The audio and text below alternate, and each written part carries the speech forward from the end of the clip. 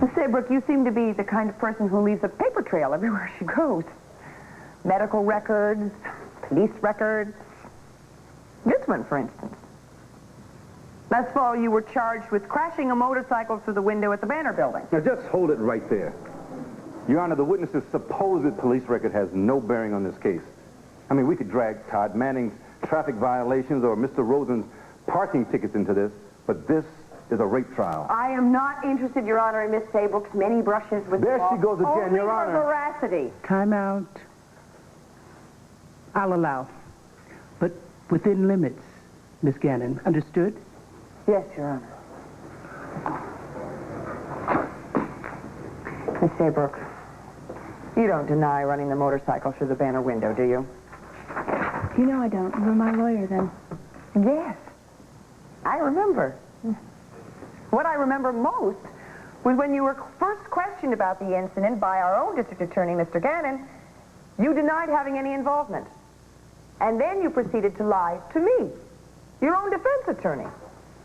Is that a statement, a closing argument, or a question? You're absolutely right, counsel. Miss Saybrook, did you lie to Mr. Gannon and to me? I was afraid my probation would be revoked. You were on probation at the time? Careful, Miss Gannon. For whatever reasons, Marty, you lied, didn't you? Yes, I lied, but I was different then, a whole different person. You're a whole new person? Now? Yes. People change, Mother. So you're not the same Marty who spent all last summer spreading rumors about Reverend Andrew Carpenter? Miss Saybrook, didn't you spread unfounded rumors about Reverend Carpenter and a young man? I was mixed up. I was angry. Didn't you accuse Reverend Carpenter of abusing his vocation, of seducing a young parishioner in his own church? I was totally out of control. I really didn't know. You didn't know what you were doing? To Reverend Andrew Carpenter, your minister? You didn't realize what you were doing? Andrew. I was crazy about him. Or at least I thought I was. And he didn't love me back. So when he tried to let me down easy... You turned on him.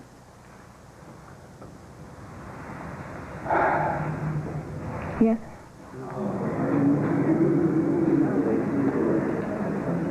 I'm beginning to detect a pattern here, Miss Saybrook, that when a man rejects you, be it Reverend Carpenter, Swade, Pruitt, Todd, Manning, you lash out at them. You, in your own words, try to get back. Your Honor, I thought we were sticking to the boundaries here.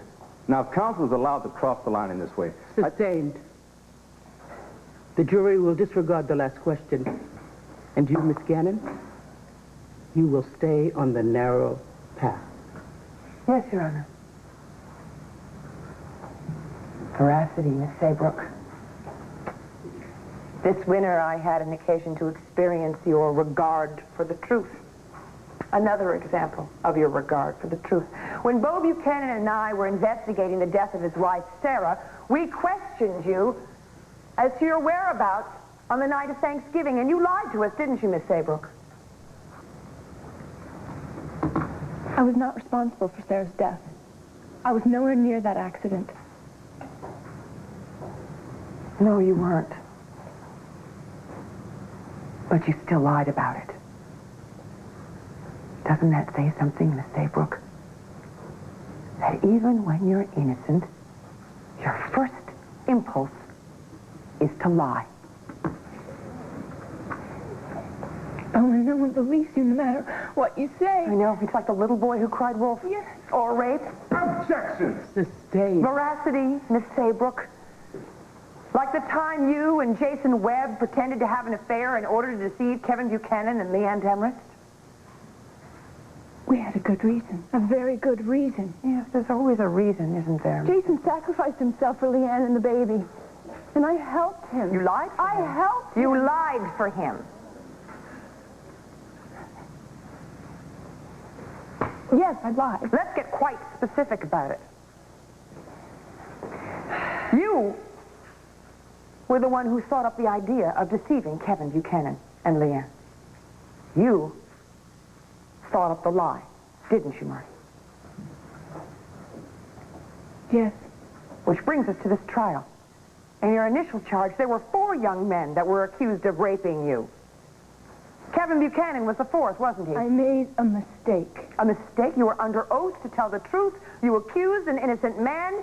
You call that making a mistake? I was confused.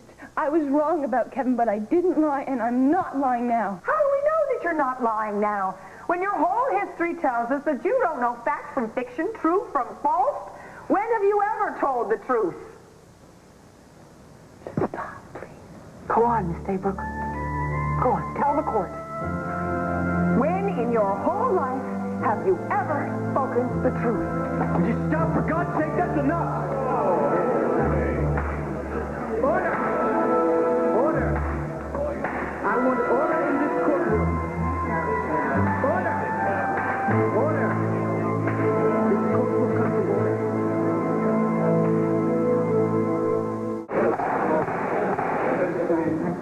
Mr. Pruitt, you will control yourself or you will be removed from my courtroom. Do you read me? Yes, Your Honor. Miss Gannon, I have given you a free hand until now. Now, if you continue with this line of questioning... That won't be necessary, Your Honor. I've heard all I needed to hear from this witness. You may step down, Miss Saybrook. Nora, that was brilliant. Miss Gannon, that was devastating.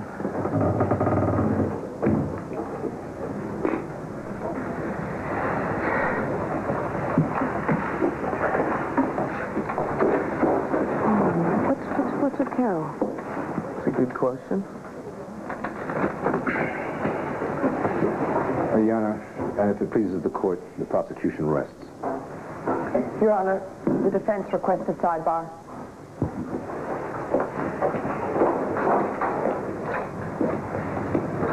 In light of the specious and contradictory testimony of the prosecution's star witness, the defense requests a directed verdict of not guilty.